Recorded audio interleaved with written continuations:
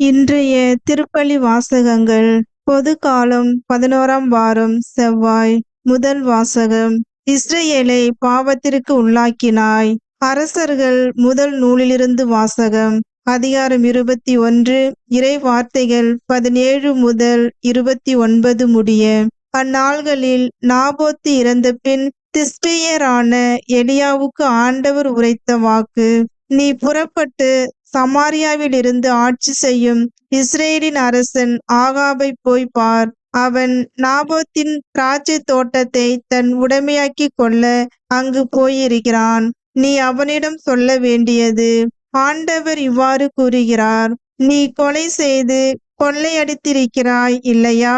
எனவே நீ அவனிடம் சொல்ல வேண்டியது: ஆண்டவர் இவ்வாறு கூறுகிறார், நாய்கள் நாபோத்தின் இரத்தத்தை நக்கிய அதே இடத்தில் அவை உனது இரத்தத்தையும் நக்கும்.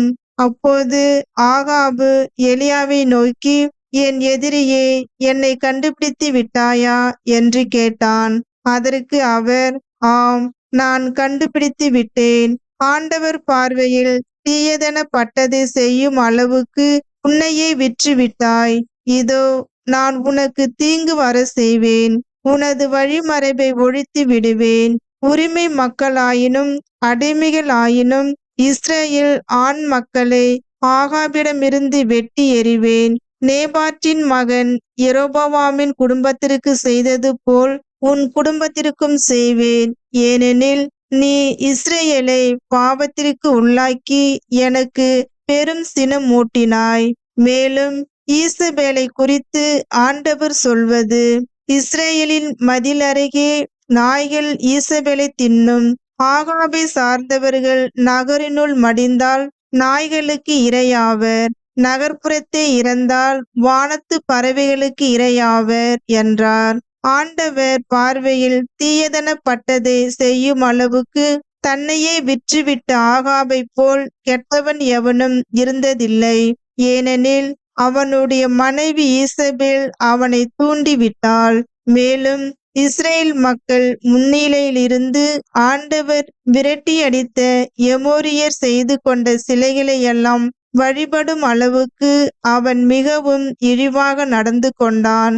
அச்சொற்களை ஆகாபு கேட்டவுடன் ஆடைகளை கிழித்து கொண்டு வெற்றுடல் மீது சாக்கு உடை உடுத்தி நோன்பு காத்து சாக்கு துணி மீது படுத்தான்.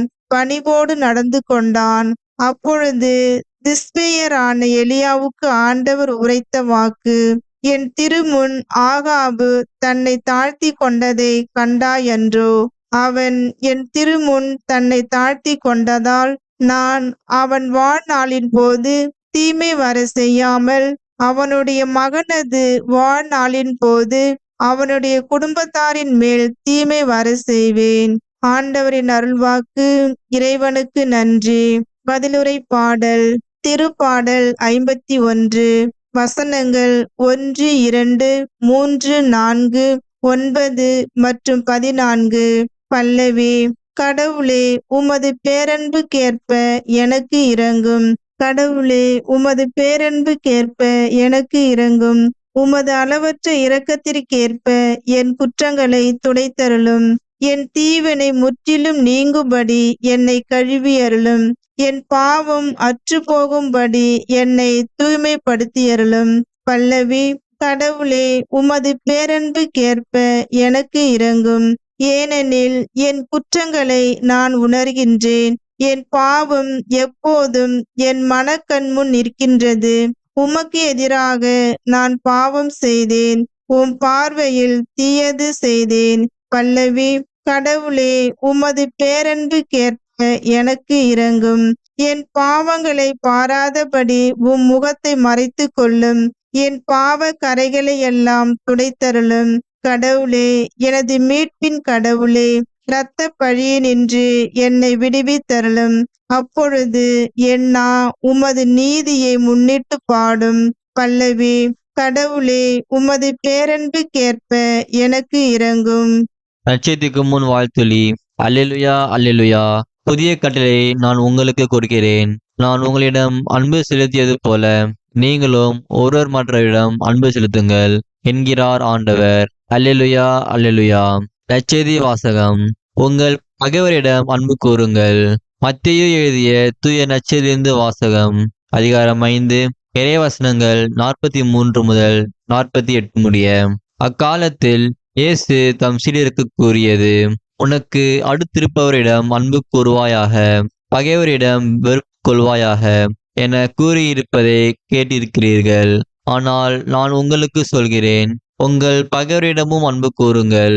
உங்களை துன்புறுத்துவோருக்காக இறைவனிடம் வேண்டுங்கள். இப்படி செய்வதால் நீங்கள் உங்கள் விண்ணக தந்தையின் மக்கள் ஆவீர்கள். ஏனெனில் அவர் நல்லவர் மேலும் தீயோர் மீதும் தம் கதிரவனை உதித்தெழ செய்கிறார். நேர்மையுள்ளோர் மேலும் நேர்மையற்றவர் மேலும் மழை பெய்ய செய்கிறார். உங்களிடத்தில் அன்பு செலுத்துவோரிடமே நீங்கள் அன்பு செலுத்துவீர்களானால் உங்களுக்கு என்ன கைமாறு கிடைக்கும்? வரி தொண்டுவோரும் இவ்வாறு செய்வதில்லையா? நீங்கள் உங்கள் சகோதர சகோதரிகளுக்கு மட்டும் வாழ்த்து கூறுவீர்களானால் நீங்கள் மற்றவருக்கும் மேலாக செய்து விடுவதென்ன? பிற இனத்தவரும் இவ்வாறு செய்வதில்லையா? ஆதலால் உங்கள் விண்ணக தந்தை நிறைவுள்ளவராய் இருப்பது போல நீங்களோ நிறைவுள்ளவர்களாய் இருங்கள். ஆண்டவரின் அருள்வாக்கு. கிறிஸ்துவே உமக்கு புகழ்.